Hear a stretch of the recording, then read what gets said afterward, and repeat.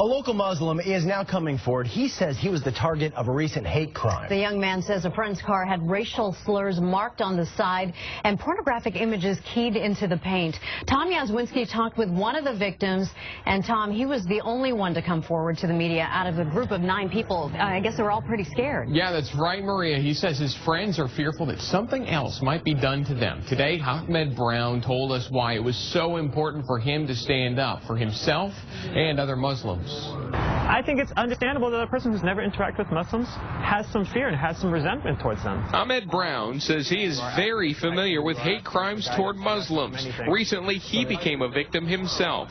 After a fun afternoon at Lake Chelan, Brown and his friends returned to their cars to find one vandalized from bumper to bumper. With all the anti-Muslim incidents that have been happening in America ever since 9/11 in Afghanistan, it just wasn't a surprise to me that, okay, something like this would happen to us eventually. Brown says the car had racial slurs written along the side and pornographic images carved into the paint. Just one of many possible hate crimes in the Northwest. We're calling today on the FBI to investigate this as a possible federal hate crime and do whatever it takes to put the perpetrator to justice and send a clear message to other would-be bad guys that you will not get away with this. The Council on American Islamic Relations has received well over 100 alleged hate crime reports so far this year. A spokesman says many more go unreported. After reporting this crime, Brown led his friends in an evening prayer.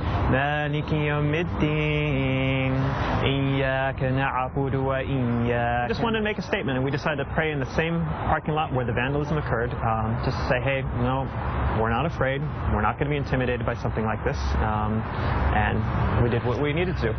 The Chelan County Sheriff's Office is investigating this as a hate crime. They take this very seriously. At this point, no arrests have been made, but deputies, again, taking this very seriously as a hate crime. Live in the newsroom, Tom Yazwinski, Q13, Fox News.